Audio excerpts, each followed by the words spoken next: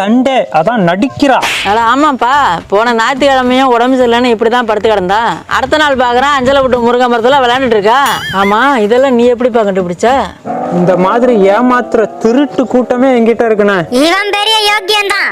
இன்னைக்கு இவளை எடுத்துட்டு போய் என்ன பண்றான் பாரு. அவளை என்கிட்ட கொடுங்கண்ணே, அக்கௌண்ட்ல பணத்தை போட்டுறேன். இந்த மாதிரி களவாணி சிரிக்கு தான் ஏன் பண்ணைக்கு வேணும். நான் புத்திசாலின்னு இப்பயாவது தெரிஞ்சுக்கடா பழைய ஓனரே. சரிப்பா, நான் வரேன். சரிங்கண்ணே. என்ன ஏண்டா உனக்கு பிடிச்சிருக்கு? ஏன்னா உன்னை வச்சுதான் பிடிக்கணும். புரியலடா. நீ வீட்டுல இருந்த மாதிரிலாம் இங்க இருக்க முடியாதுமா.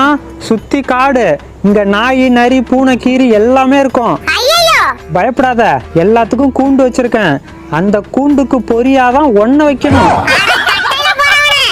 ஓனர் ஐயா, எங்கயா இருக்கீங்க? புத்திசாலிக்கெல்லாம் என் வீட்டுல இடம்லாமா? ஐயோ, நான் புத்தி கெட்டவன குத்தி காட்டிட்டு போறானே.